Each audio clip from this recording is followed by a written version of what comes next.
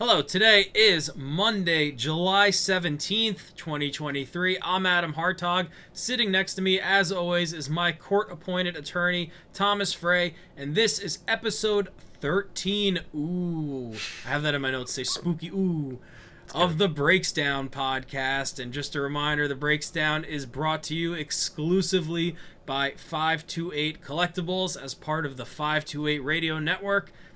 We have a fun episode for you guys today. We're going to be discussing some of the recent news across the sports world, the bad driving epidemic, one of the most overrated soccer players of this generation, some storylines of MLB's second half, awards, and the debut of Last Take, Worst Take. And hopefully we don't get a cease and desist for that. But if we do, it's going right to Tom. Quick reminder to like, subscribe, and rate 5 stars. It helps keeps the lights on. Okay, let's go. Welcome to America, Lionel Messi.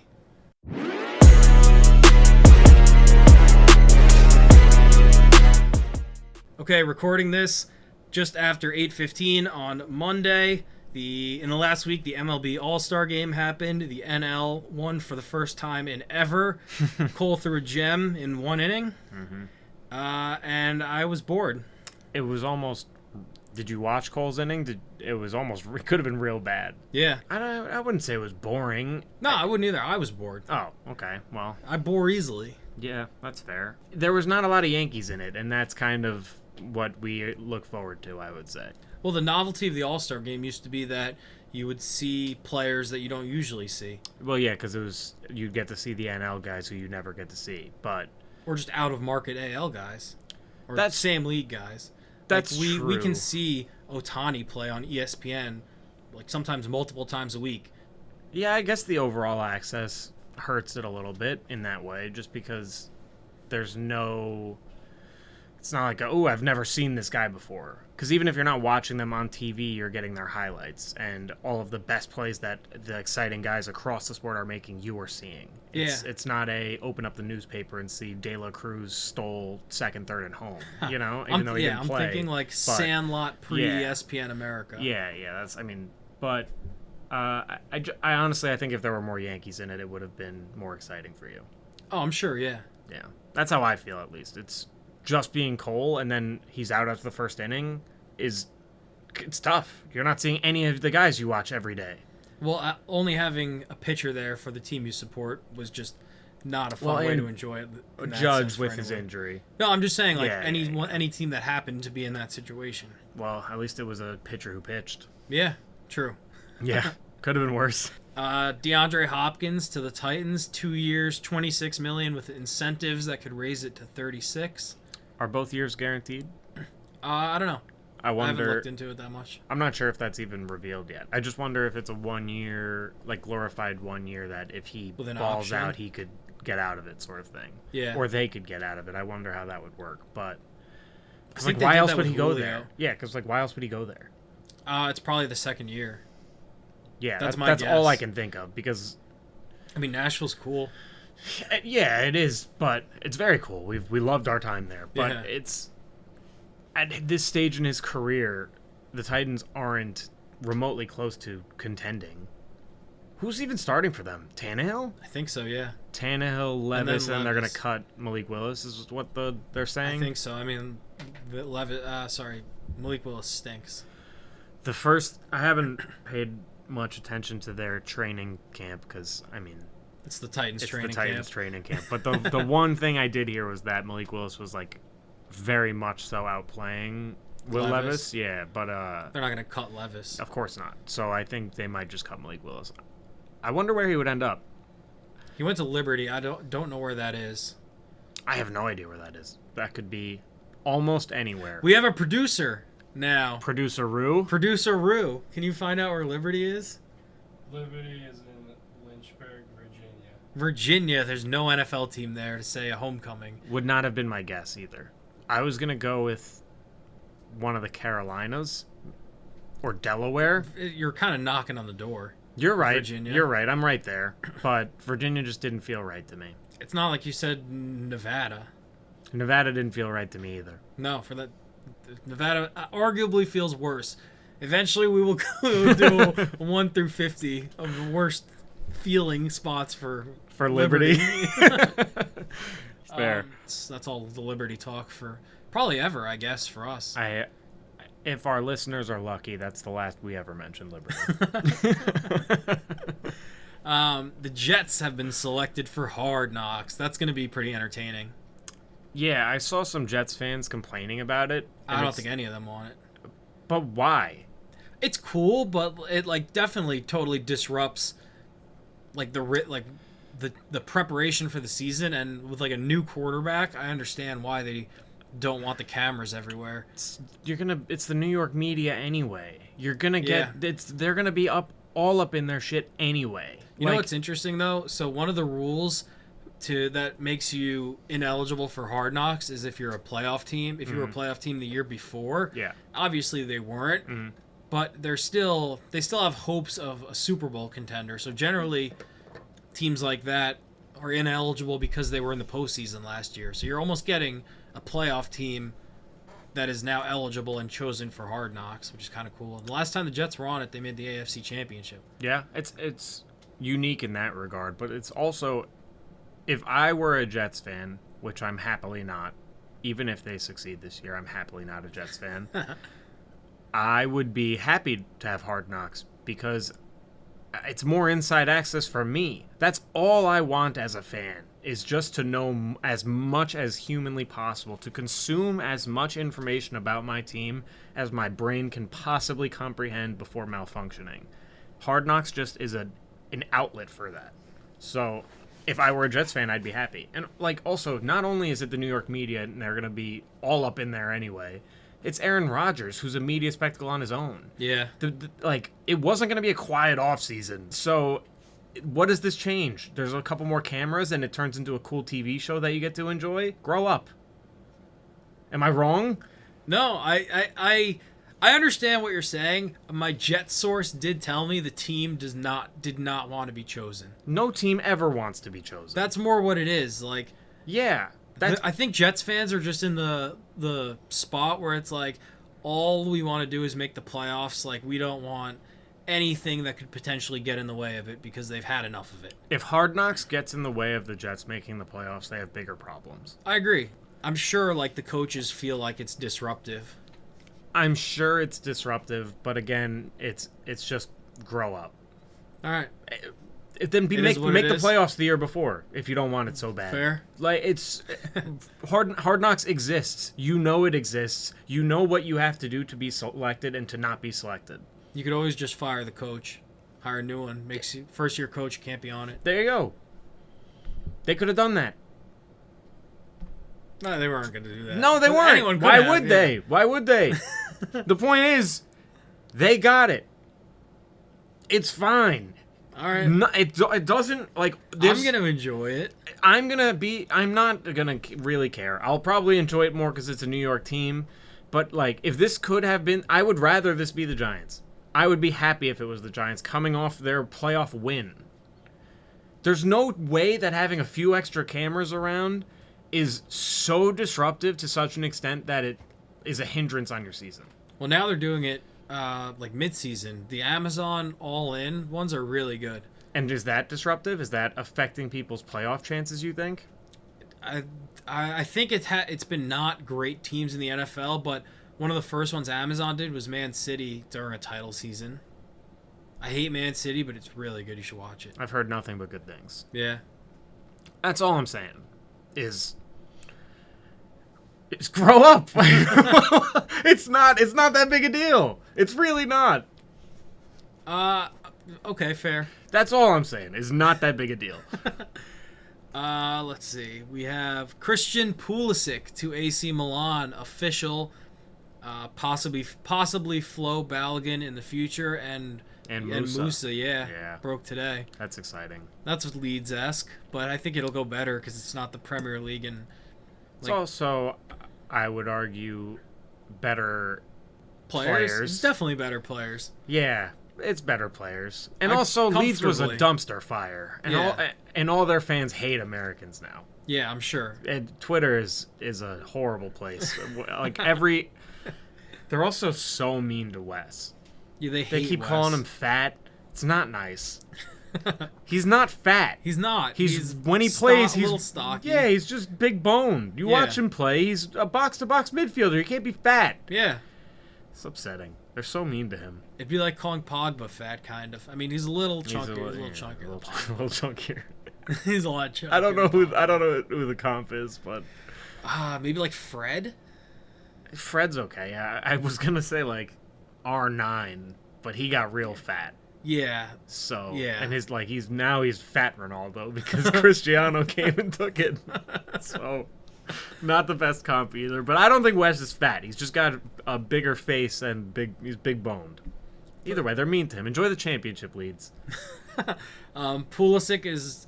There's no reason for me to think he won't flourish at AC Milan. All the reports are saying that there's big plans for him there, which is all we've wanted.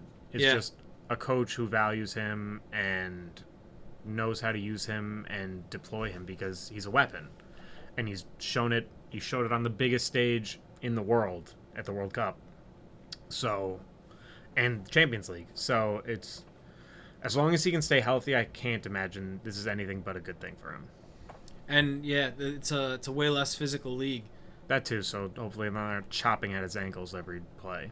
Like CONCACAF too. And hopefully they won't bring him in solely to push him as Captain America. That too. And they've also, there's some built-in comfortability with his former Dest. Chelsea teammates. And no, Dest isn't there. Nobody was. No, I'm talking just Giroud and Loftus-Cheek, and there's one more, right? One more former Chelsea Tomori. guy? Yeah, Tomori. And I think that was something he was excited for. So I'm sure he's heard a lot about life at AC Milan from Dest, is what I meant. Oh yeah, well I don't know if those would be so good though. They didn't exactly. Well, yeah, true. Yeah. But like Milan, I guess. Yeah, the city. Yeah, lifestyle, things like that. Yeah. I didn't have this written down, but since we brought up Ronaldo, he said today that he's definitely done with European football. Doesn't rule out American football or soccer. If we get a Messi Ronaldo link up in the MLS, that would infuriate soccer fans worldwide. Yeah, but it would never happen. Like as in on the same team, or yeah. Like Inter I just Miami. don't think the way the MLS is structured, they'd Not have possible. to change. They'd have to change all of the rules. Whatever Inter Miami's doing right now, dude, they just gave Messi a share of TV rights. I think they're willing to change some all of the rules. all of the things they're doing are not allowed. People are just like very quietly letting it happen. But they brought in Busquets. They're gonna bring Jordi Alba and Iniesta, and there's more talks with all these guys.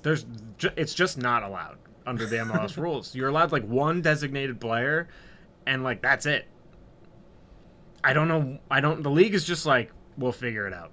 Yeah, I mean, honestly, they should should change these rules anyway. I agree. I don't even know why. Is it for league parodied so like the big market clubs don't get all the good players? But also, I think so. That's every league in the world. Just we're more than soccer. Yeah, anyway. so just stop it. It's not like Bilbao is pulling in a Cristiano Ronaldo. It's just MLS is so dumb.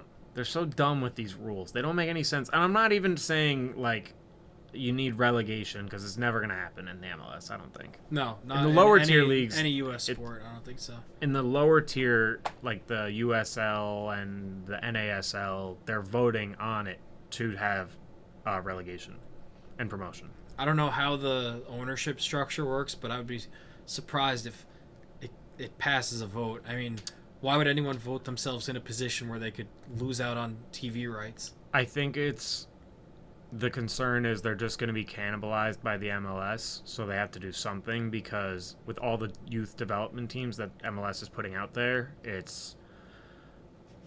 think it's like MLS Next. Like, why would someone go to the USL instead of MLS Next where there's a pipeline to an MLS team? Fair. That's where a lot of the development is happening now. It used to be you get the guys from the USL or the NASL, and so I think them doing this would be a way to add some sort of intrigue. Maybe they could apply to be like a league, like a top league, basically. Like, instead of being a development league for the MLS, a competitor to the MLS. Gotcha. I think it's just a way of surviving. So it's like, eventually we're going to go bust if we don't do anything. Yeah. Let's roll the dice. Yeah. I don't know if it'll get passed, but I think that's what the logic behind it is. At least That's interesting. That's what I've been hearing from my sources. Tipped off about? Yeah. From Wow, inside the MLS. Inside the NASL. Declan Rice to Arsenal as the second most expensive signing in Premier League history. My dislike of Arsenal is pretty well documented at this point, and I used to really like Declan Rice, and I don't anymore. It's a lot of money. Do you know the most expensive player in Premier League history is? I do. I just saw this today. It's not Pogba, No, but he's up there. he's I want to say fourth. Okay, who is it? Enzo Fernandez. Yeah, I knew it. And also, that's a lot of money to spend for him, too. I saw people complaining that Mbappe wasn't worth the money that PSG's asking for him. That's not true. Someone should just... Why isn't Man City just giving them everything? He only wants to go to Real Madrid. Is that true? Oh, I Yeah. knew that. I knew he wanted to play there. Okay. Messi officially announced by Inter Miami. I know we've talked about that, Yeah. but the official announcement was last night at a packed stadium. It was very cool. Yeah, you saw Berhalter welcomed him. Yeah, nuts. Just like, Jesus Christ. Harry Kane up for sale. Bayern and PSG bidding on him. He has 1 year left on his contract at Tottenham. Tottenham. I'm not gonna do that. Him going to Bayern would be cool. It would be cool. Him going to PSG would be very boring. Yes, that's not fun. And there's also some weird web because Juventus has a bid for Lukaku right now, but it's conditioned on them selling Dusan Vlahovic, I don't know how to pronounce his last name, who's a striker from Serbia that PSG might buy. I think you said it. Vlahovic. I think you're pretty close. That. I heard a podcast host say it today, and it wasn't how I said it, and I don't remember how he said. And I'm inclined to take his side, but he could be wrong. I could be right. Well, why? He has a podcast. We have a podcast. That's fair. Credentials. Why do we think he knows better? Okay, you're right. I play FIFA. How about that? And they say Vlahovic. So, do they? All right, then Yeah. I'm 100% in. Okay, cool. Mexico won the Gold Cup. Wimbledon. Carlos Alcaraz defeated Novak Djokovic in the men's final to win the championship. He's 20 years old and has already won the U.S. Open and now Wimbledon. I don't know if you watched any of the match. He had a sick, one-handed backhand shot to win a point. I'm not a huge tennis guy, but it was very entertaining. I usually watch the final. I think I didn't watch, but I do follow tennis. It kind of sucks for Djokovic. Yeah. He had to come up against two of the greatest tennis players of all time. Like, arguably the two greatest tennis players of all time. And then him, who's right there. And now they retire. They're gone. I don't know if Nadal's officially retired. I don't but he's think on, he's retired. But he's on injury. His knee's always barking, and then he only plays in clay That's tournaments. good. Barking. Yeah. And then he only plays on clay now, because that's where he's the best at. Roland Garros. Yeah. And finally, they're out of the picture, essentially. And then this kid comes out of nowhere and takes the game by storm. It's pretty crazy. He's had some missteps in the media, Djokovic, and some people love him, some people hate him. I know he had some... I think he's cool. I always liked Djokovic. I always liked him. I think he had, I don't know, some COVID stuff that pissed people off. I don't even remember what side he fell on, but either way, he pissed people off that way. I always liked him because I used to not like Nadal a lot, and he was the one guy that would beat him consistently. I liked him because my oldest brother Mike loves Federer. Chris, my other brother, loves Nadal. So You had a guy? I had a guy. Nice. So I had Joker. I've had enough of tennis. Moving on. Okay, moving on. More tennis. No. Golf news. Rory McIlroy won the Scottish Open. So in preparation for this episode, I was trying to see when the last time a Scotsman won the Scottish Open, and I discovered he's not Scottish. He's Irish. I knew that. But the guy that he beat and finished in second was a Scotsman. Wow. We've got the Open Championship coming up. Right? Yeah. Begins play on Thursday, July 20th. So the day this episode's published, you can also enjoy the Open Championship. The odds, Rory is the favorite at 525. plus 525, obviously. Scotty Scheffler, plus 750. John Rahm, plus 1200. Ricky Fowler, also plus 1200. Tied at plus 1500. Tommy Fleetwood, Victor Hovland, and Cam Smith. And my guy Harold Varner is at plus 25,000. That's your guy? Yes. Why? He's sick. Okay. Do you have anything else in housekeeping? No, that's it for me. I didn't have anything in housekeeping, honestly. But, Cool. Yeah. So I can kick off with my one big thing. Sure. Okay, my one big thing is Romelu Lukaku sucks. He is Belgium's all-time leading goal scorer. He is the most expensive player of all time based on cumulative transfer fees. He came up through the Anderlecht Academy in Belgium and made his debut with the first team in 2009. He was scooped up by Chelsea in 2011 as one of the highest-rated young players in the world. Played 10 league matches for Chelsea and didn't score a single Premier League goal for them. He was loaned to West Brom and Everton, made a permanent move to Everton in 2014 for €35 million, bought by Manchester United in 2017 for €85 million, moved to Inter Milan in 2019 for €65 million, and brought back to Chelsea as the club's record signing in August 2021 for €115 million. He clashed with Tuchel right off the bat because he wasn't deployed like he was by Antonio Conte at Inter Milan. He was pouty. He had a now infamous mid-season interview where he basically said, I shouldn't have left Inter Milan. I would like to go back at some point. And then forced his way out last summer. Was loaned to Inter Milan for the 2022-2023 season. He had a terrible showing at the 2022 World Cup. Single-handedly prevented Belgium from moving on to the knockout stages. He was used as a sub in the 2023 Champions League final, which he choked away at the end as well. He tried to move to Inter on a permanent move this summer, but Inter pulled out 2 days ago after learning about Lukaku's talks with Juventus. He now seemingly the only moves he has left are Juventus or Saudi Arabia. That offer is still on the table. He is 30 years old and has burned bridges everywhere he has been. And I saw a very funny tweet today that said Romelu Lukaku speaks 7 languages fluently, and the only thing that comes out of his mouth is bullshit. Wow. Yeah. I don't feel as strongly about him in any way as you do. I hate him because I'm a know. Chelsea fan. Oh, I know. It has to be on record. I need to own that now because it's pretty obvious I dislike the guy. His 75 goals and 108 appearances for Belgium is pretty amazing. It's pretty good, yeah. Yeah, that's pretty good. I know you don't like him. I didn't know. That's pretty incredible, though. You gotta admit. To be fair, though, 75 and 108. how many could you score if you were playing with Kevin De Bruyne and Eden Hazard and guys like that? How many could I score right now? In 100 games, I think you could bag at least 18.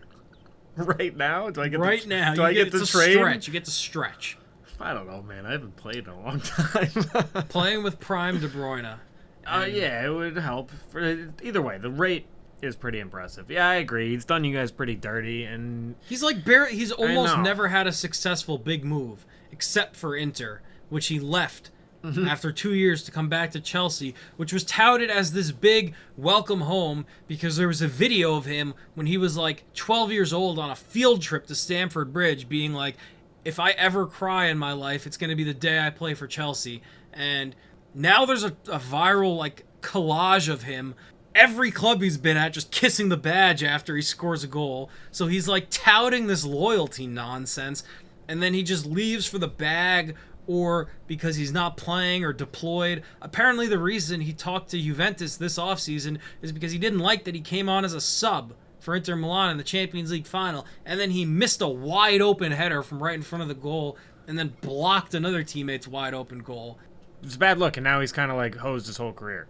Yeah, he's 30. This guy was supposed to be like the guy for like a generation, like the best striker. He was kind of supposed to be like Lewandowski, like that level of eliteness and consistency, and he's really never lived up to that. But I mean, he's the most expensive player of all time. People keep buying in. I got nothing for you. I hope mean, Chelsea can get rid of him. Honestly, Me too. I just it's ugly all around. I got nothing for you. And Chelsea has the worst record of striker signings. Like in the history of the world, All their biggest signings that are strikers were flops, pretty much. the rate of attackers that they were signing and flopping was unreal. Yeah. Like Timo Werner was in and out of there in 5 minutes. I swear I saw him and then all of a sudden he was gone again. Back with Salzburg. Yeah. I really like him in FIFA too, so that was a bummer. Super nice dude. Like, Oh, is he? Didn't- There like you go. was always like, all right, I'm just gonna do whatever I can to help the team. There's Never- a right way never to go about complain. things. That's the Yeah. thing. I bet if Lukaku had not gone about all of this in the complete wrong way, it wouldn't have pissed you He off lost so bad. everything when he just did that stupid interview with Sky Sports Italia. Not to hate on the guy because he's our boy, but like, Pulisic probably shouldn't have written that book and I was released just it. thinking that, yeah. You know? Book bad luck. We love him. I haven't read the book. Have you read the book? No. It's pretty surprising that neither of us have. I don't know. I don't have any interest in reading it for some reason. Honestly, me neither. It's probably It's weird that he released a book. it feels like self-reverential a little bit. I don't want to say he hasn't done enough to do that, I think he has not. but done enough maybe to do I don't that. know. It just Zlatan wrote a book. Zlatan can write a book. it's just even for longevity reasons. Zlatan can write a book. Yeah. It's like Pulisic's 24. I agree. It's What- it's a very strange move that he did that. Yeah. Like, For people don't who? do that. No, and like, who did he do it for? I doubt. Like, he didn't need the money. It's just it was a weird thing to do. Very weird. That's all I got about that one. It's just super weird. I wish he hadn't done that. I'll try to forget that it happened, but like in 15 years, yeah, write 5, Yes. and I'll be thrilled to read them. Yeah. He's not even the age we're at now. Like, you want me to write a book about, like, granted, I haven't done half the things he's done, but it's but it's not gonna be a good book. I mean, yeah, it's the only quotes I've seen have been like about how why his time at Chelsea didn't go great. Yeah, with like Tuchel telling him he'd play and then not playing him and all that stuff. Yeah, but like, all right, how many pages is that? How many pages is this book? No idea. Yeah, I don't know. It's not good. You know who could write a book and I would read it? Gio Reyna. Yeah, that would be a tell-all. Yeah, that's fine. But this isn't. I don't know. It's really weird. Just very strange. Moving on. Is it my one big? Unless you have more. That's basically it. Basically. Lukaku, you're not welcome back at Chelsea. But you are welcome on the podcast. My one big thing this week is just there's 2 specific instances I'd like to talk about, but my one big thing is bad driving in general. The first, and I told you this the second it happened, I'm a creature of habit. I need things a certain way. I do things my way. I have a routine. I work out the routine, and whatever I'm comfortable doing is how it usually goes for me. I just like it that way, right? Fair? I think it's an ADD thing because I'm the same way. I think it only is too. function with a routine. I think it is too. And I get to work, and I park in the same spot every single day. Sometimes my boss beats me in. He parks in that spot. I park in the one over. I show up to work the other day. It's not just that both my spots were gone. That's not the problem. It's that one person was parked directly in the middle of both of them. That one person took both of my spots. Not your boss. Not my boss. I bet the person did not work in my building either. He's probably there to like walk his dog at the park across the street. And he took both spots. How in an office park, in an all office buildings surrounding this parking lot, you come in and take 2 full spots? What kind of sicko comes in and takes 2 spots like that? If I ever got out of my car and saw that, I'd immediately get back in and fix it. Yeah, I'd be ashamed. Deeply ashamed. You have to be scum of the earth to take, and there's no way you didn't know. And there's no way, it's the 2 end spots. So there's no way someone else, it's not like, oh, this guy fucked up his park, I'm going to park here because that guy messed it up. It's impossible. They're the 2 farthest spots. It's literally impossible for that to have happened. And there's no way that whatever he was doing he was in like big enough of a rush to justify that. No, I don't work in a hospital. There's no justification for parking like that unless you are just a complete garbage person. Like honestly, how else can you rationalize doing something like that? You see, I'm petty enough that I could have left a note. I almost did. Dude, way beyond no. You like do a quick make sure that that's actually not somebody's you work with, and then immediately, hi, we need a car towed. Ooh, yeah. See, I don't have that in me. I don't have that dog in me like that. If you need somebody that has that, I'll get a stranger's car towed. I'll lose sleep over it. Call me. I would lose sleep over it. I just don't have that in me. But I did. I was riled up enough about it that I texted our whole group chat immediately. It was almost intentional. That's how in between both spots they were. It's totally unacceptable. It's disgusting. Is it you not have to tow worthy though? It might be tow worthy, but I just can't be the one to do it. I can't do it. It's like telling on someone in school. I couldn't be the guy to do it. If someone else did it, I'd be happy, but I couldn't be involved in it happening. I'd be stooping to his level. Leaving a mean note, I could have done that. I didn't have paper on me, and I wasn't about to walk in the office and walk back out. And then what if it was? Then I gotta have a conversation with the guy, and then If you bump into him. Yeah, then I'd be fine doing it and telling him that he's a garbage person to his face, because it's just there's no defense to it. There's no defense for why you would ever have to do that. A little over the line, fine. Things happen. Accidents happen. You don't realize the spot's smaller than you thought. Your car's really big. You got to drive a pickup truck, which he didn't.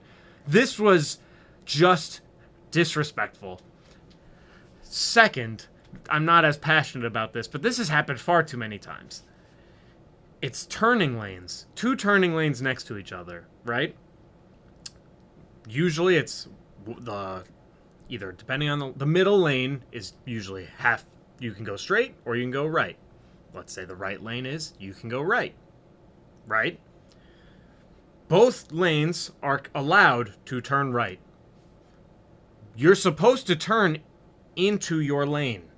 You are not supposed to turn wide enough to ram me into oncoming traffic. I don't understand. I have had to lay on my horn like 500 times recently. This happens at least a few times a month. I do these kinds of turns all the time. I drive all over the world. I drive to New Jersey. I drive to work every day. I drive here. I drive all the time, and people are constantly trying to ram me off the road like this because they have no idea what lane to turn into. It blows my mind. There's dashed lines. It tells you where to turn. How are people so bad at driving? I don't understand. Okay, really out there theory. Do you think it's because we have now entered a world of drivers, younger drivers that grew up playing GTA 5, and that we learned better driving skills from games like Vice City, San Andreas, and GTA 4? No. I will not entertain that theory, because a lot of the time, it could be people older than us. It's adults. Okay, well then that's not that we're not adults, but it's real adults. You know what I mean? Parents. We're not that. It's just these things happen all the time. I almost killed an old man because he just full speed across oncoming traffic. I was going like 40. He had a stop sign, didn't look at all. You straight up heard the skirt of my tires. I'm hammering the horn so loud, I almost hurt my wrist doing it. Slam on the brakes. The guy didn't even look. Oh man, probably that no was idea the worst. What was going on. No idea. Did you spill anything? I had my briefcase. I had everything on my front seat. My water bottle, my little lunch box. Poured all over the floor. Yeah, and then I have my heart's racing the whole ride home. I'm all pissed off. I'm excited to get home. This guy ruins my whole mood. I can't deal with these people anymore. It just be better at. It's not that hard. It's not that hard to drive. People are really. It's like an intelligence thing or like a focus thing. People are dumb, very very dumb. I just can't deal with it anymore. I'm not gonna do anything about it, but it's just There's nothing to I know. do. I'm so. It's just vent. Start a podcast to vent. Yeah, I just hope any of you listeners aren't these kind of drivers. And if you are, I always look at the wrong camera. Do better. Thank you. Okay, you want to talk about the MLB? Yeah, let's get into the meat. Today's meat. All right, so we have just picked out some storylines to discuss that are going to be prominent for the second half of the Major League Baseball season. Some of the stats are maybe like a couple days outdated because I know I pulled some of mine just from going into the All-Star break. But it's essentially just things that will be talking points for the next couple of months as we head towards October. The first one I have is Shohei Ohtani's WAR. He currently has a wins above replacement of 6.5. That's 4 as a hitter and 2.5 as a pitcher. He's on pace for a WAR of 11.6. Nobody has had a WAR of 11 plus since Barry Bonds in 2002, and before that, Pedro was the last pitcher to reach that milestone in 2000. It's also on the table that he could reach 12 wins above replacement, and only 3 players have ever done this: Dwight Gooden and Steve Carlton, who are both pitchers, and Carl Yastrzemski for the Red Sox. You have anything on Ohtani? Dwight Gooden had a 12 WAR his second year in the majors. Yeah, he won the Cy Young that year.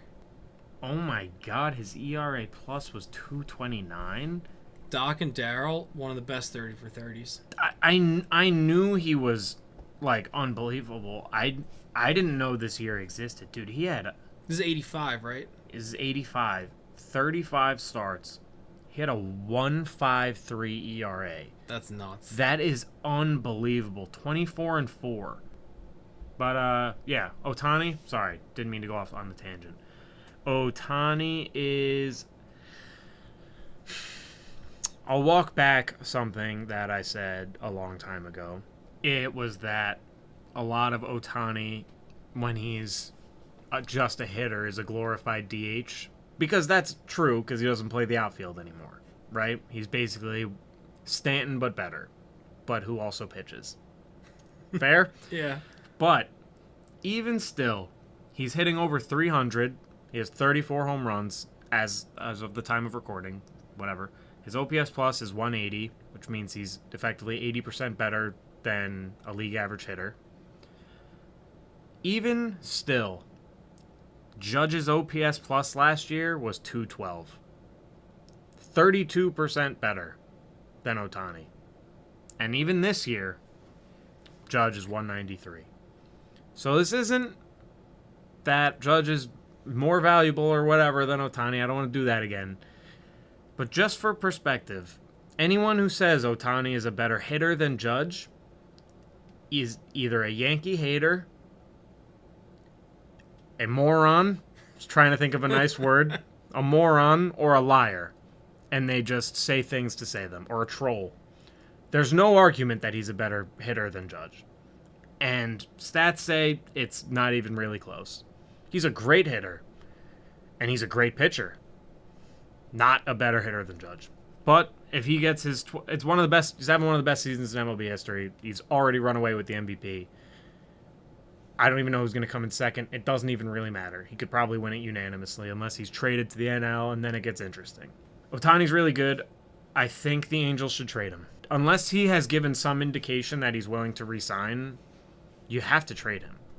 The Angels are failing and failing fast. Trout's hurt. Team's falling apart. They're not winning at all. Even with Ohtani doing these ungodly things. If you let him leave for nothing, the Angels are idiots. You're not making the playoffs. What are you keeping him for? Ticket sales? Who cares? Go get some prospects. Go get anything. Ticket sales, I mean... for half a season? Well, I don't know. I mean, like, I don't really know the... I agree with you. I don't know the economics with it because he's such an international superstar right outside of, like, a global destination for tourists. Yeah, but it's for 2 months. You think they're going to make enough money in 2 months to justify letting the guy who's going to be the highest paid player in baseball walk for nothing? Probably not. There's no way.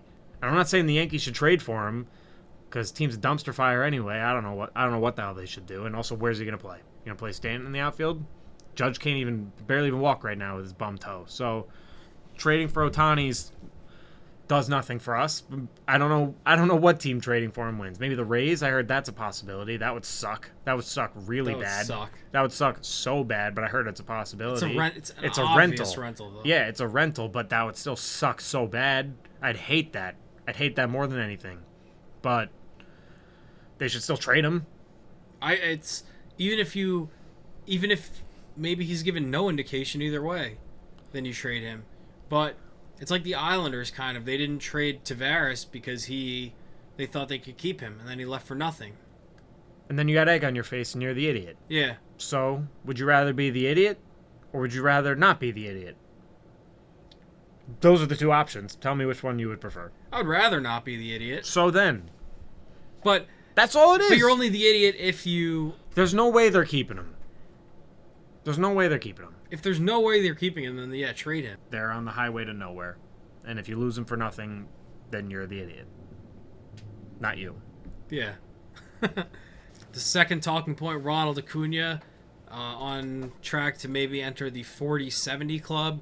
He entered the All-Star break with 21 homers and 41 stolen bases. Puts him on pace for 38 and 75. Nobody has ever had 30 and 70, let alone 40 and 70.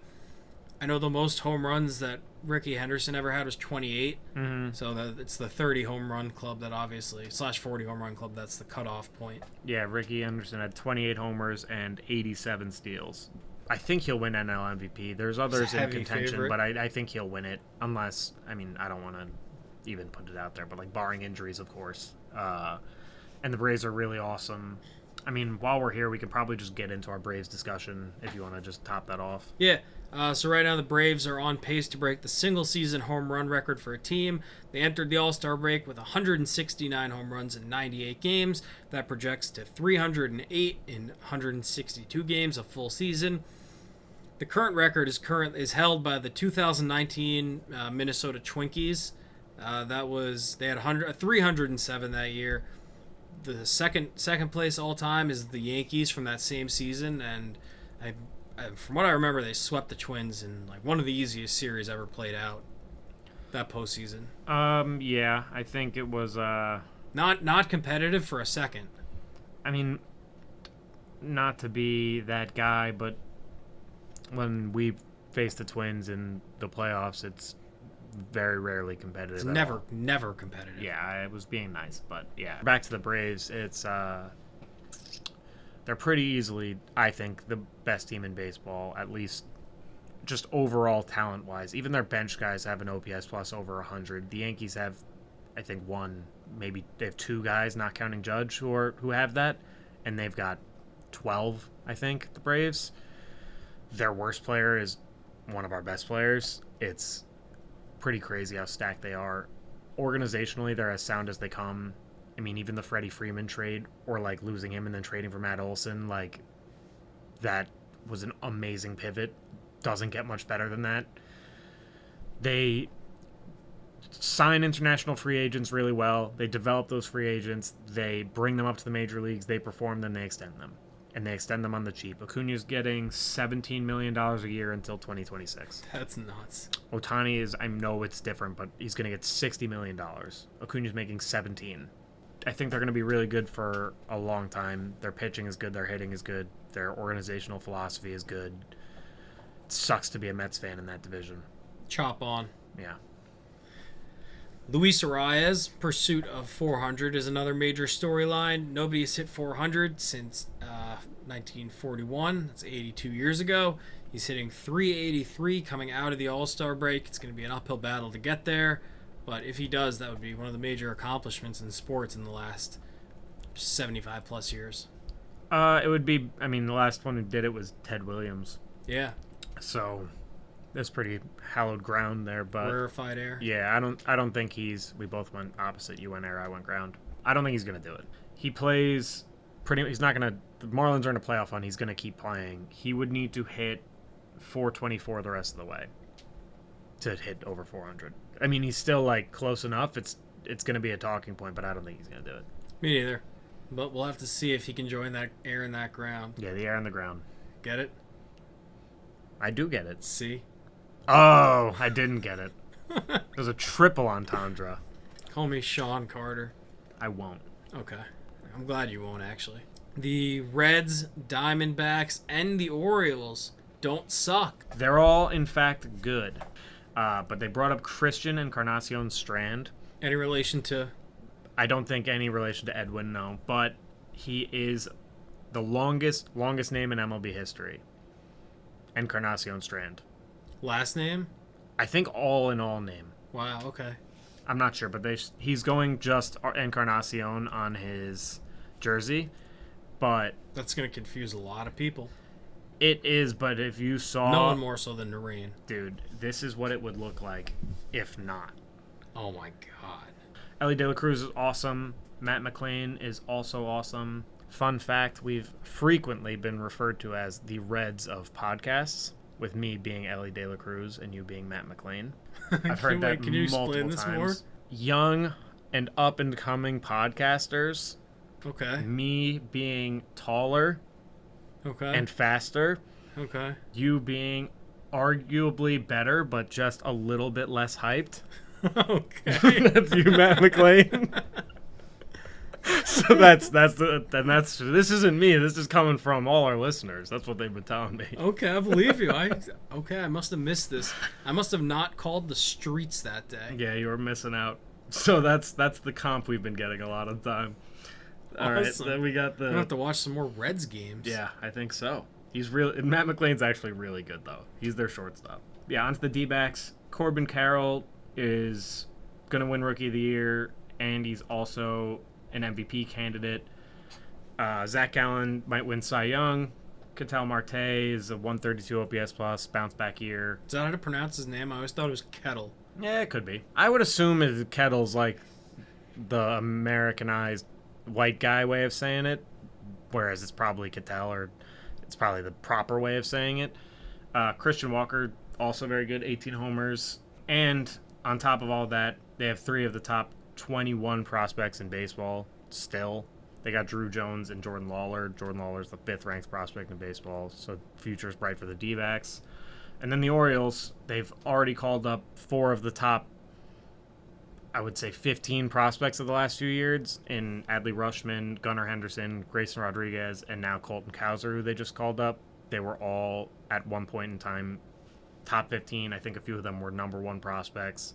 And they still have the top prospect in baseball with Jackson Holliday. The Orioles are going to be horrible to face for the foreseeable future. They're good, and they're only getting better. And they'll be around for a while. And they're going to be around for a while. In baseball, dude, you don't got to pay your guys ever. Yeah. Like, they're arbitration eligible for like 15 years. I don't know. I don't understand how it works. Judge signed his biggest deal at 30. Judge came up late though. True. He went to college and all that, but yeah, I think Glaber's still arbitration eligible. It feels like he's been around forever. Yeah. So. The Yankees, Mets, and Dodgers and Astros suck. They do different levels of sucking. The Mets Yeah. and Yankees are the Mets. Suck. The Mets really suck. Redefine suck. Mets really suck and especially given how much they're paid. They can't hit and they can't pitch. The Yankees at least can pitch, but they can't hit. And then when they do hit, they can't pitch. But they do some of the things some of the times. The Mets do none of the things all of the time. No bang for their buck unless they're pitching. For the Mets, not even, dude. No, I meant like the other team. Oh, yeah. Bang. Yeah, nice. Right over my head. Astros have been really banged up all year, but they're still pretty good. I think if they could get healthy and get right. I don't know if they're like contenders, but I mean, I'm not going to count them out. They're the Astros, but they've been missing Altuve a lot. Jordan's been out for a while. A lot. I think they've had like 2 or 3 starters go down, and so I don't know. They're underachieving still, either way, but they're not as down bad as the Yankees and Mets. I mean, the Yankees are down 1 guy. It happens to be their whole team, but it's 1 guy, and Greg Allen. And the Dodgers have had every single starting pitcher of theirs go on the IL. Every single one. Not right now, but at different points of the year, which is just pretty insane. I think right now they've got 3. They've got Syndergaard's on the IL, Dustin May's out for the year. Might be 4. I think Urias might be out still, and Kershaw just went down. So Yeah. I feel bad saying they suck when it's injuries decimating their rotation. But it's definitely more... It's not as star-studded of a lineup as it's been in the past, but Mookie and Freddie are... Two of the best players in the game. Yeah, they're just so good, both of them. No offense to Rizzo. No offense to Rizzo, because he's been fucking god-awful lately. But, man, I wish we would have gotten Freddie.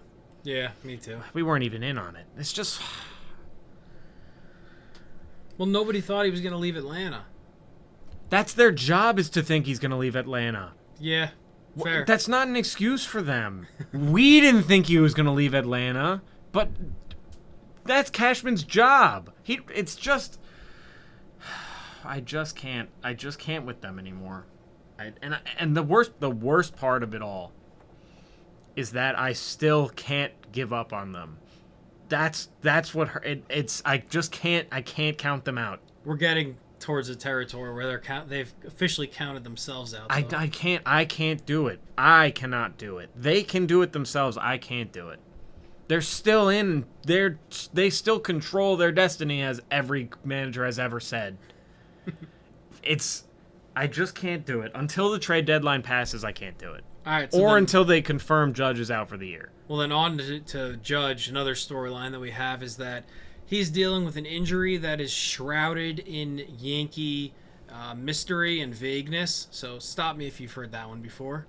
Every injury that's ever occurred to any Yankee in the last 10 years, pretty much. I'm not sure we've ever still have found out what Ellsbury was dealing with. I don't know if we ever will. No. But they characterized Luke Voigt's injury during the COVID year for an entire year as he's dealing with foot stuff.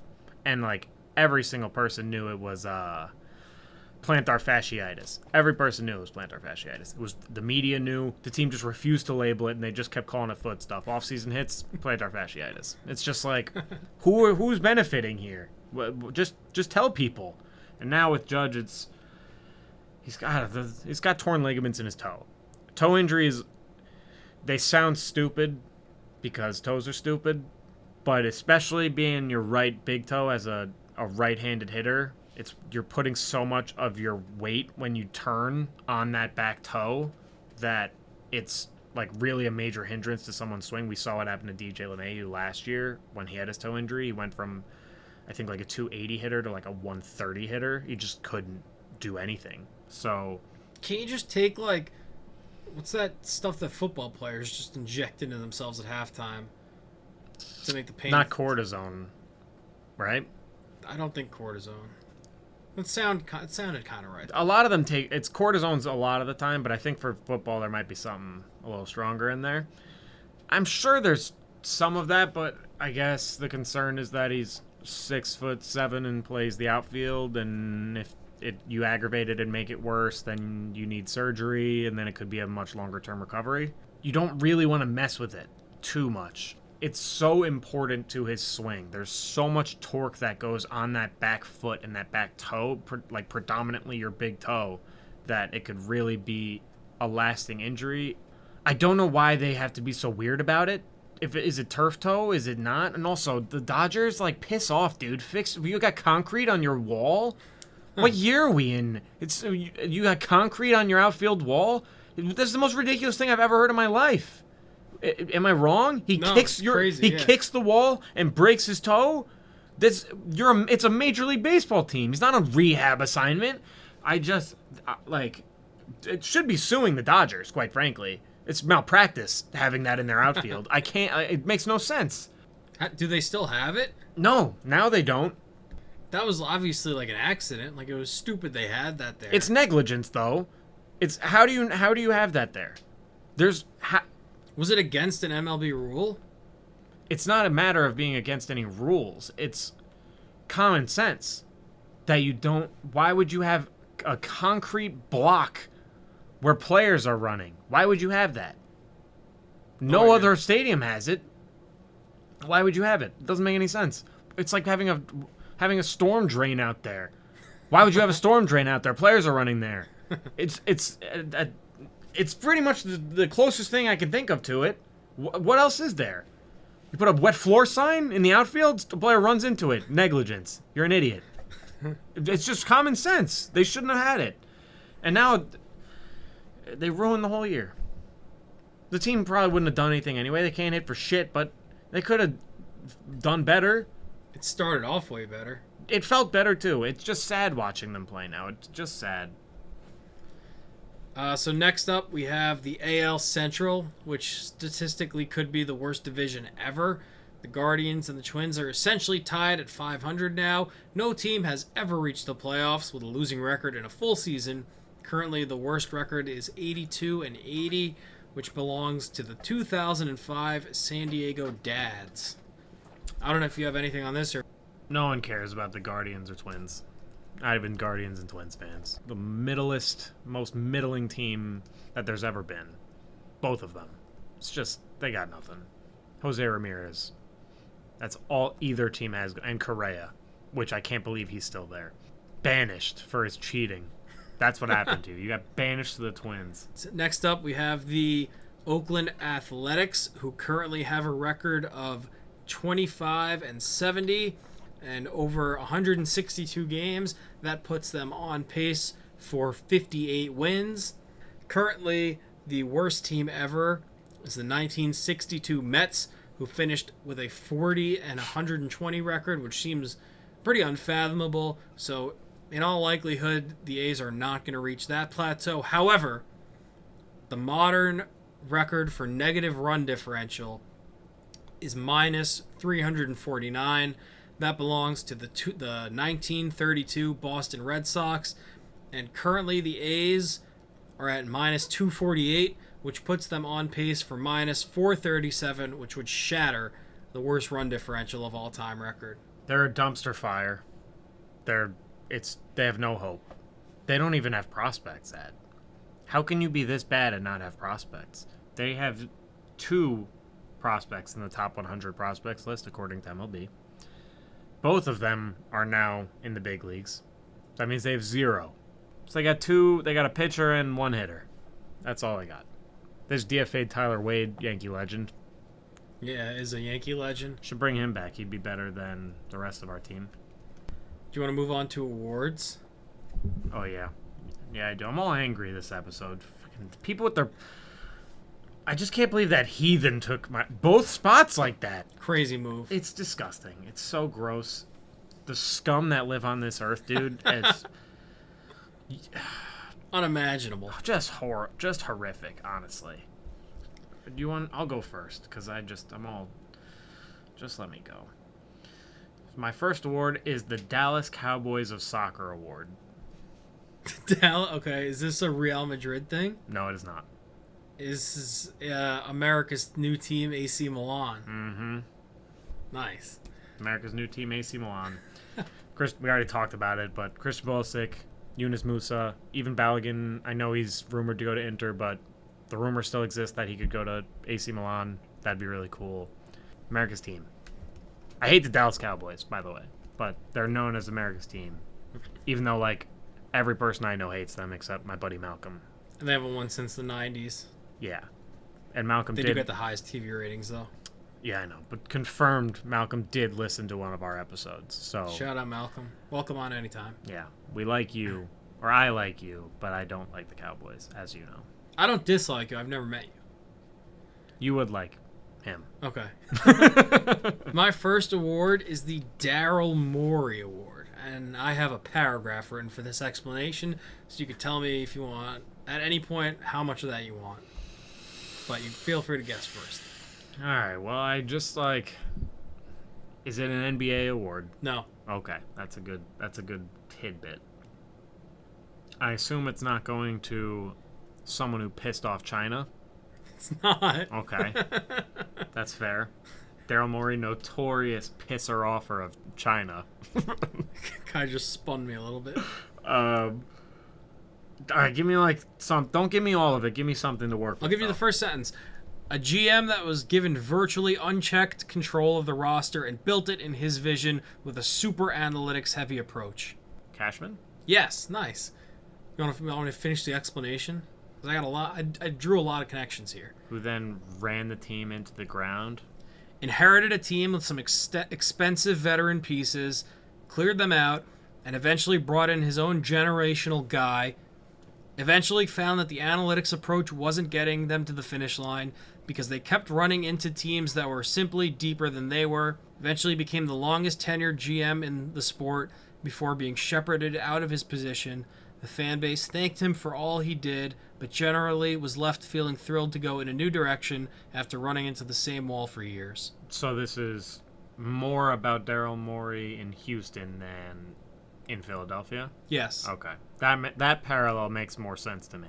I was not making sense of it with him with the Sixers, but yeah, that makes a lot of sense. Perfect comparison, except we still have Cashman. Yeah, the last sentence I was just kind of fan fictioning. We have two guys. We have two legitimate guys that are all MLB caliber players. That's it. Top 5 at their positions. Top 5 in the league. Cole and Judge. And I like Rodon too. I forgot about him. And then I believe in Volpe. And I think Glaber is if he just stops being such a bonehead, is a good piece. That's it. We got no one else. And I love Oswaldo Cabrera, but I don't know if he's actually any good, but I just like him. And the bullpen. That's it though. That's not enough. And I love Big G, but it's just like, come on. This hot and cold thing, I'm tired of it. You can't just have your cold stretches be your okay. Not the worst player in baseball. I've never seen anything like this. Is there anything like this where a player when he's cold is the worst player in their sport, and then when they're good, they're this good? Wentz? Wentz is not bad, but Wentz's peak was shorter. Wentz's peak was shorter, and he's had less flashes of that goodness, but Wentz isn't bad. I could get behind that. Like a rich man's Wentz? Yeah. Yeah, okay. That's not bad. On the spot, that was good out of you. Thank you. Yeah, all right. Off the Yankees. I can't. Please tell me your second award is not the Yankees. Well, it's not, but it's your second award. Yeah, I know. I just had so much of them. My second award is the Eye Test Award. So this is going to somebody that it's either somebody that just you've seen and it's like that guy's got it, or somebody that the stats say they don't got it, but the streets know they got it. Maybe I should rephrase it as you shouldn't have ignored the Eye Test Award, but they did. Award. Okay. Is this going to Scoot? No. But why? Why do you think it's going to Scoot? Because the eye test says this dude's going to be awesome. And yeah, but you wouldn't have taken him over Wemby anyway. No, I would have taken him over Brandon Miller, though. That's fair. But no, it's not going to Scoot. Do you want me to tell you what's going to? Or do you want to have another guess? It's someone that a lot of teams ignored the eye test because of other things. Is it Cam Whitmore? It's Cam Whitmore. Nice, let's go. Summer League MVP. It's just an injury thing, though, right? It's an injury thing, and I don't know. I haven't heard anything about that since you mentioned it. I didn't look into it further, but I heard it on podcasts. Some teams had concerns about his knees, and others said his workouts and interviews were underwhelming. One source described him as comatose during the pre-draft evaluations. I don't know what that means, but the guy was like pretty obviously good. Yeah, top 5 talent if he could stay healthy. How often is it that a player that's not on the Trailblazers really can't stay healthy when they're drafted with injury concerns? That's a key caveat because they've had 2 really good ones. Well, I mean, Zion's the first one that comes to mind. Zion's mind. fat. That's different. Yeah, but I mean, injury concerns. Yeah, I guess, but his injury concerns are because he's fat. Okay, what about... That's fair. Fine, I'll give you Zion, but that's different because I heard him say on a podcast that he had trouble not eating. Lonzo? But he didn't have injury concerns in the draft. Yeah, you're right. Rue? Nerlens? Michael Porter Jr. But he's been able to stay healthy minus his rookie year. Nerlens? No, he did fall in the draft, though. But he fell in the draft because of his injuries, and he's been able to stay healthy. Nerlens? Harry Giles? Yeah. But he was like a late first round. Yeah. I guess the one I was thinking of was like Embiid and Michael Porter Jr. and these guys who have these injuries. But you're with an NBA medical staff with all of the science and technology in the world. Like, unless this guy has Brandon Roy knees, they'll figure it out. Yeah, you can figure it out, I think. They got so much. They go to Germany and get the Kobe knee injections. The LeBron, whatever LeBron's got going on. Yeah, or had going on. There's no way whatever LeBron did is passing league regulations. There's no chance, dude. That guy's got like animal blood in him or something. They're pumping him full of testosterone. There's no chance, dude. There's no way. He was not doing well. He goes overseas and comes back as a new man. Not that LeBron's a cheater, but you know what I mean. Yeah. This guy was like obviously going to be good. He was projected to be a top 5 pick. And then he goes, 20, 21? 20, I think. Yeah, 20. Wins Summer League MVP, averages 20 a game. Passes the eye test then. Passed the eye test in college. Rockets got a steal. And honestly, Amen Thompson looked really good too in his limited minutes. Jabari Smith Jr. too. You're high on him, but he did look awesome. But I'm saying you were high on him before Summer League. Yeah. I think he's good. That size and that shooting is just... That's why I liked Michael Porter Jr. so much. And it's why I so badly didn't want Kevin Knox. Even though he had size and could shoot. A great Summer League. Speaking of eye test, yeah, but eye test in college, Kevin Knox gave no indication that he could play. And he wore a Fortnite jacket to the draft. Did he? I don't remember that. Yes. He opened his jacket and it said Fortnite on the inside. That's bad. It is bad, and I love the game probably just as much as he did, but I wouldn't wear it to draft night. No, definitely not. God, because that's... I gotta show you this fucking jacket. That's what he's... Now, that's all I will ever think of him as. Look at this fucking guy. That's so dumb. It's just... If you're listening, look it up, because, God, it is just so awful, and they pass on so many guys in that draft. It will haunt me forever. Truly forever. My second award is the Molotov Cocktail Into the Timeline Award. This is the second time in the last 2 days that I've discussed Molotov cocktails. What was the first? Me and John were watching a show, and someone threw a Molotov in there, and she was like, what was that? I wasn't paying attention. I was like, it's a Molotov cocktail. Then I realized, why would she know what that is? She's never played Grand Theft Auto, so then I had to explain it. The Molotov Cocktail Into the Timeline Award? And what sport? Basketball. So this move, or lack thereof, was a Molotov cocktail into the timeline? Is this a present day move or a past day move? Quite as present day as it gets. This happened today. Or late last night. The campaign trade? No, it's not the campaign trade. So you're right. It's going to... someone that changed the timeline of franchises with a single tweet, Instagram post, interview, etc. Oh, it's Embiid. It is. Joel Embiid in an interview yesterday. I just want to win a championship. Whatever it takes. I don't know where that's going to be, whether it's in Philly or anywhere else. That's the first public display that he's even considering life not as a Sixer. And I would be freaking out if I was a Philly fan. Because this is, like, very obviously where things start to go haywire. If you'll remember in episode 11 of our podcast, I literally said, I predict that Joel Embiid will be the next superstar to want out, and he will go to the Knicks. It's just happening way faster than I think both of us thought. No, because it's once Harden wanted out, there's no way Philly could field a championship team around him. It's just because no one is trading a star player for Harden. It's not going to happen. And he sees that. The writing's on the wall. Like we said, Tyrese Maxey's a nice player. There's no possible way that Tyrese Maxey and Embiid are good enough with Tobias Harris to lead you to a championship. And PJ Tucker and Patrick Beverley, who just says the most ridiculous things sometimes. It's gotta just be for attention, right? There's no way he believes the things he says. Pat Bev? Yeah. No, definitely not. Right? He can't. He can't believe them.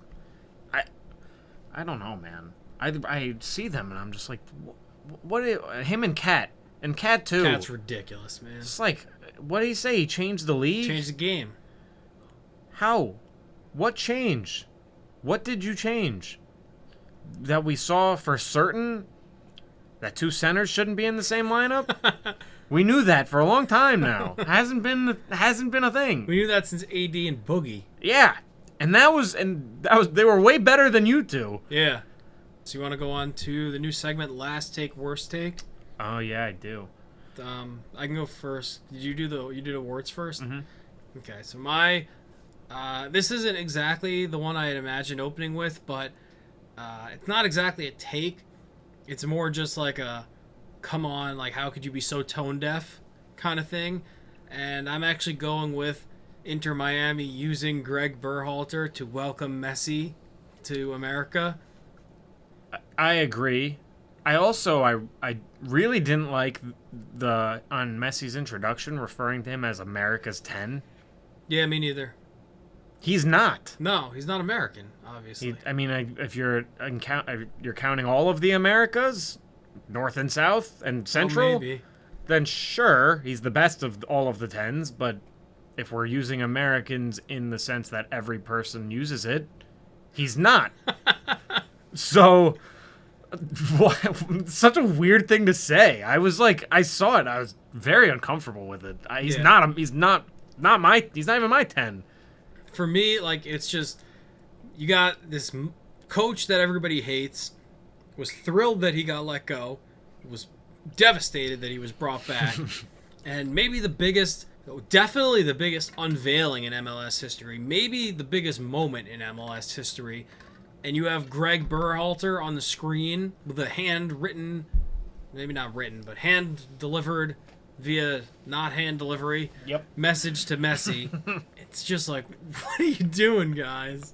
Like, have like Bad Bunny do it, or like LeBron, or like D Wade. It's also just like, what? You think Messi gives a shit about Greg Berhalter? Do you think he knows who he is? I doubt he does.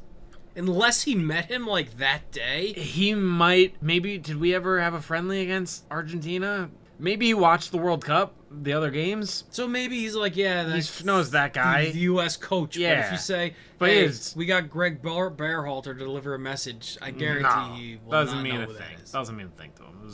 You're right. LeBron. I mean, probably D Wade would have been a good one. If you're just doing the Miami for Miami, thing, yeah, for Miami, even like, I mean, Jazz Chisholm at least is like the face of the Marlins. Like, there's like Greg Berhalter, yeah, it's just or Tyreek Hill, like. There's 110 to another. You go. That would have been cool. There you go. But Berhalter is Jesus. Yeah, exactly. This is your okay. This is so. It's not so much a take. It's more of a just a what are we doing here? Kind of. Okay. You got any more on that? No, that's pretty much it. All right. So my last take, worst take. I was listening to the Fan, WFAN for all you non-New York listeners. It's New York Sports Radio. The callers on that call in are just brain dead a lot of the time. You hear some people and they don't let the rational ones on. They don't because they're not good for radio, whatever.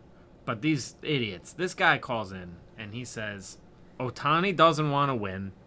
All he cares about is showcasing his talent because he signed with the Angels out of Japan.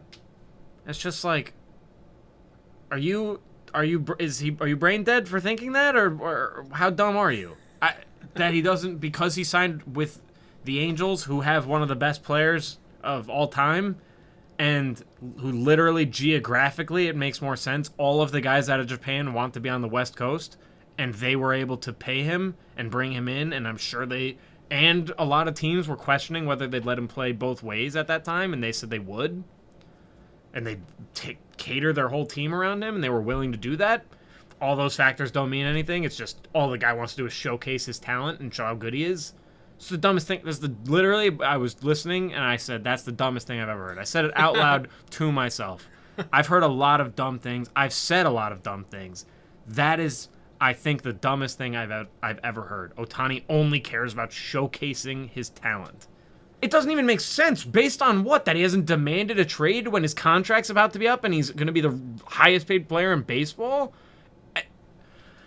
I was astounded by it was thrilled that I heard it because it's a fantastic last take, worst take. But my God. Super dumb. Okay, I agree. Thank God. Like, there was a similar argument that people had for Messi, and maybe it rang a little truer there, but just to say that somebody doesn't want to win because they're comfortable in their current situation is crazy. I mean, people said it about Dame, too. Like, this guy doesn't want to win. He won't leave Portland. Like, especially with Dame, I think even more so than Ohtani. I can speak mostly for Dame. He wanted to win there. It wasn't that he didn't want to win. He wanted them to build a team there so he could bring a championship to that city and to those fans. Ohtani is, if he goes and signs with, I don't even know who's with the A's Dodgers. or the Las Vegas A's, who have nothing, then maybe I'll believe it. That he doesn't want to win? Yeah.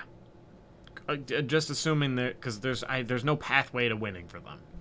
Then I'll believe it. If they give him $700 million and he never has any chance of winning, fine. Then you can make that claim. You can't make it before he leaves his first contract. When there's been never any indication of anything of the sort. He has always gone out there and played and done everything he can. It's not his fault. It is the farthest thing from his fault that they're not winning. So, I just thought that was so dumb. All right, that's all I got on that. Cool. Well, I think that was a good episode. I want to thank everybody for listening to episode 13 of the Breaks Down podcast. Again, we are a part of the 528 Collectibles media family. We'll be back next Monday, recording next Monday. Episodes published every Thursday. Like, subscribe, rate us 5 stars. We're on Twitter, YouTube, Apple Podcasts, Spotify, Instagram, TikTok. Am I forgetting anything? I think we're on every single streaming platform, even the ones you don't know about. We're on them. So Yeah. Just go leave us some reviews. Sweet. See you next week. Thank you.